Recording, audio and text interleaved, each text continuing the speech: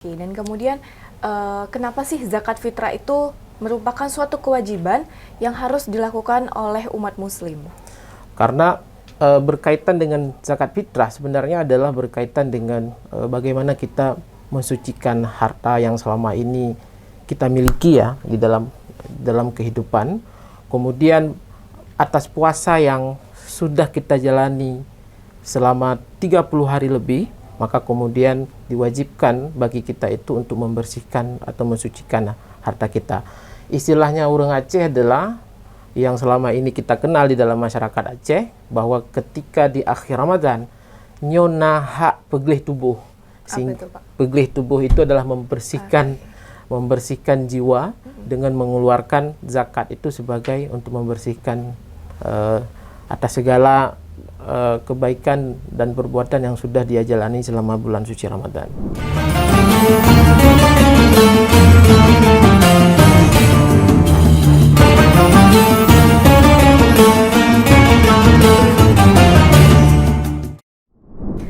Assalamualaikum Sobat Akademia, kembali lagi bersama saya Salsabil Zainina dalam podcast Bening Ramadan. Apa kabar Sobat Akademia? Baik, karena sebentar lagi kita akan menyambut Hari Raya Idul Fitri, maka kali ini kita akan membahas hal yang wajib dilakukan oleh seluruh umat muslim. Apa itu?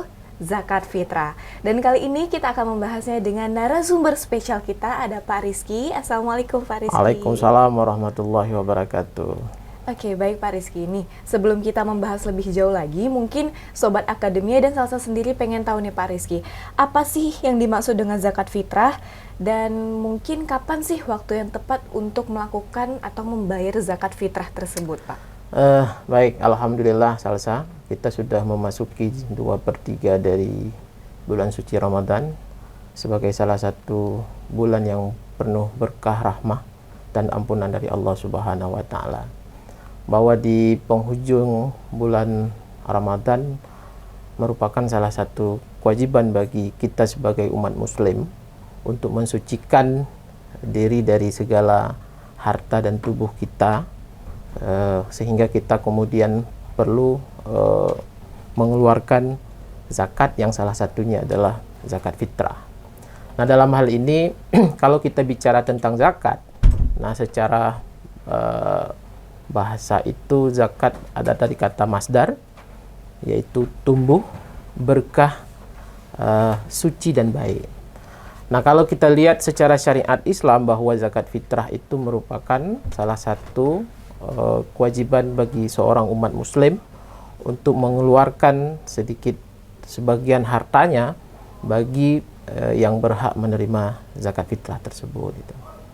Oke, baik Pak Rizky. Dan kemudian kenapa sih zakat fitrah itu merupakan suatu kewajiban yang harus dilakukan oleh umat muslim? Karena berkaitan dengan zakat fitrah sebenarnya adalah berkaitan dengan bagaimana kita mensucikan harta yang selama ini kita miliki ya di dalam kehidupan. Kemudian atas puasa yang sudah kita jalani selama 30 hari lebih, maka kemudian diwajibkan bagi kita itu untuk membersihkan atau mensucikan harta kita. Istilahnya orang Aceh adalah yang selama ini kita kenal di dalam masyarakat Aceh, bahwa ketika di akhir Ramadan nyona hak peglih tubuh. Apa itu, Pak? Peglih tubuh itu adalah membersihkan jiwa dengan mengeluarkan zakat itu sebagai untuk membersihkan atas segala kebaikan dan perbuatan yang sudah dia jalani selama bulan suci Ramadan. Oke, baik. Dan mengenai waktu untuk membayar zakat fitrah itu kapan tadi, Pak? Nah, sebenarnya kalau kita bicara tentang syarat dalam mengeluarkan zakat fitrah itu ada 3 ya. Pertama adalah muslim, bahwa kita adalah sebagai seorang yang muslim, bahwa tidak memposisikan diri sebagai seorang yang sebagai kafir misalnya. Lalu yang kedua adalah bahwa syaratnya adalah bertemu akhir Ramadan dengan awal daripada bulan Syawal. Nah, dalam hal ini adalah misal bahwa tiba-tiba ada satu orang meninggal itu setelah maghrib dari akhir Ramadan. itu wajib bagi kita itu untuk mengeluarkan zakat bagi orang yang meninggal tersebut, karena dia adalah bertemu dengan akhir Ramadan, kemudian bertemu dengan awal daripada bulan Syawal. Berbeda dengan anak yang lahir ketika selesai maghrib dari bulan Ramadan, dia tidak bertemu dengan akhir daripada bulan Ramadan, sehingga tidak wajib bagi kita itu untuk mengeluarkan zakat. Nah, yang terakhir adalah mengeluarkan zakat itu ya bagi yang mampu. Nah, mampu dalam istilah yang kita sampaikan saat ini adalah bahwa mereka berkecukupan terhadap harta yang dia miliki dan berkecukupan dengan terhadap orang-orang yang menjadi tanggungan di dalam keluarganya. Jadi syarat mengeluarkan zakat dengan 3 itu, maka wajib bagi kita untuk mengeluarkan zakat fitrah yang akan kita keluarkan nanti di akhir dan awal daripada bulan Syawal itu. Oke, berarti membayar zakat fitrah ini di akhir Ramadan sampai nanti bertemunya bulan Syawal. Ya, awal bulan Syawal. Oke, baik. Kemudian nih Pak Rizky, Salsa juga penasaran dan Sobat Akademi yang sedang menonton ini juga mungkin penasaran, apa sih perbedaan zakat fitrah dengan zakat-zakat lainnya Pak Fitr? Nah, sebenarnya ada 2 dalam perspektif zakat ya yang kita kenal. Satu adalah zakat fitrah dan yang kedua adalah zakat mal. Nah, zakat mal itu berkaitan dengan zakat yang berhubungan dengan apakah dalam hal jual beli, kemudian dalam hal biji-bijian, atau dari hal-hal yang dihasilkan dari pekerjaan ya. Nah, kalau dilihat dari sisi zakat mal itu misalnya harus sampai nisab misalnya. Lalu kemudian ada ukuran ya, takaran misalnya zakat emas itu. Nah, di dalam zakat fitrah juga ada perbedaan misalnya. Kapan zakat fitrah itu dikeluarkan adalah dengan syarat yang tadi. Nah, dari sisi jumlah juga berbeda ya. Kalau misalkan dari keputusan MPU Aceh ya, kalau di Aceh kita tetap berpegang dengan hasil muktamar atau musyawarah dari Majelis Ulama Aceh ya, Majelis Permusyawaratan Ulama Aceh ya. Misalnya jumlah zakat fitrah yang akan kita keluarkan di dalam akhir Ramadan dan awal bulan Syawal itu adalah 1 sa'. 1 sa' itu kalau kita analogi adalah kalau istilah kita masyarakat kita menggunakan bambu, itu 1,5 bambu plus 2 genggam tangan itu jumlahnya. Nah, kalau kita kalkulasi dengan menggunakan kilogram, itu 2,8 kilo gitu. Nah, dalam mazhab Syafi'i bahwa zakat fitrah yang kita keluarkan itu tidak boleh keluar dari apa yang kita konsumsi misalnya. Jadi bagi masyarakat Indonesia adalah konsumsinya beras, maka beras yang kita keluarkan. Bagi masyarakat Arab bahwa mereka mengkonsumsi kurma, gandum misalnya, dan itu harus kita keluarkan dengan jenis makanan yang kita makan. Meskipun dalam mazhab Hanafi itu ada berbeda ya, dan beberapa ulama juga berpendapat. Tapi dalam mazhab Hanafi adalah zakat itu boleh ditakarkan dengan uang gitu. Tapi ada persoalan bahwa di masyarakat kita yang mayoritas Syafi'iyah itu tetap menggunakan zakat fitrah itu adalah zakat yang kita keluarkan dari apa yang kita konsumsi. Oke. Baik, masih mengenai perbedaan nih Pak Rizky. Yeah. Ada nggak sih perbedaan pembayaran zakat fitrah misalnya antara anak-anak atau dengan orang dewasa?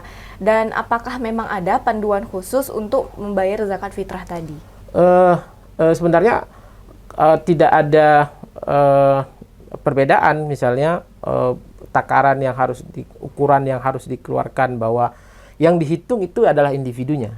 Okay. Nah, itu sama kayak saya sampaikan tadi, misalnya seorang anak itu lahir di hari terakhir daripada bulan Ramadan, tapi kemudian dia lahir sebelum maghrib daripada bulan Ramadan dan bertemu dengan awal bulan Syawal, maka jumlah zakat yang dikeluarkan terhadap anak ini juga sama ukurannya, sama seperti orang dewasa gitu. Nah, berbeda dengan kalau kita lihat jumlah takaran dan ukurannya sama gitu.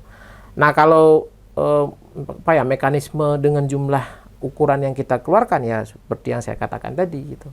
Jadi satu sak, kemudian kalau kita ukur dengan istilah bambu bagi masyarakat kita 1,5 bambu plus 2 genggam jari, atau kalau kita ukur dengan kilogram 2,8 kilo. Itu menurut kesepakatan para ulama kita di Aceh dengan menggunakan fatwa dari Majelis Permusyawaratan Ulama Aceh gitu secara umum. Oke, baik Pak Rizky. Dan mungkin ini pertanyaan juga yang penasaran bagi Salsa dan mungkin teman-teman akademi yang menonton ini. Misal nih Pak Rizky, kayak misalnya kami di perantauan, kami melakukan puasanya di sini, tapi pembayaran zakatnya itu dilakukan di kampung halaman atau di rumah Pak Rizky. Itu gimana hukumnya Pak Rizky? Sebenarnya adalah jumhur ulama sepakat ya bahwa membayar zakat fitrah itu di mana waktu kita berada antara akhir Ramadan dengan awal dari bulan Syawal. Misal ya, ada mahasiswa Unimal hari-harinya ya di wilayah Luxmawe gitu. Tapi di akhir Ramadan dia balik ke kampung. Maka pendapat para ulama adalah berkewajiban di atas haknya untuk membayar fitrah itu di tempat malam terakhirnya antara akhir Ramadan dengan awal bulan Syawal. Disitulah tempat kemudian dia untuk membayar zakat fitrah. Oke. Berarti tunggu balik ke rumah dulu nih ya Pak Rizky? Sebenarnya nggak harus tunggu balik ke rumah.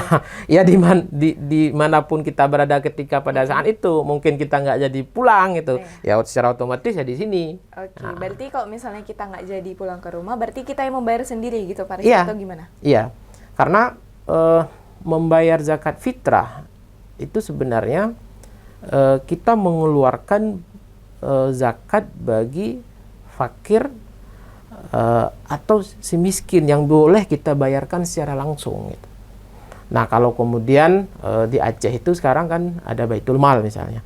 Di beberapa, bukan hanya di Aceh ya, di semua wilayah di Indonesia saya pikir sekarang ada lembaga pengelola yang diberikan mandat untuk mengelola zakat.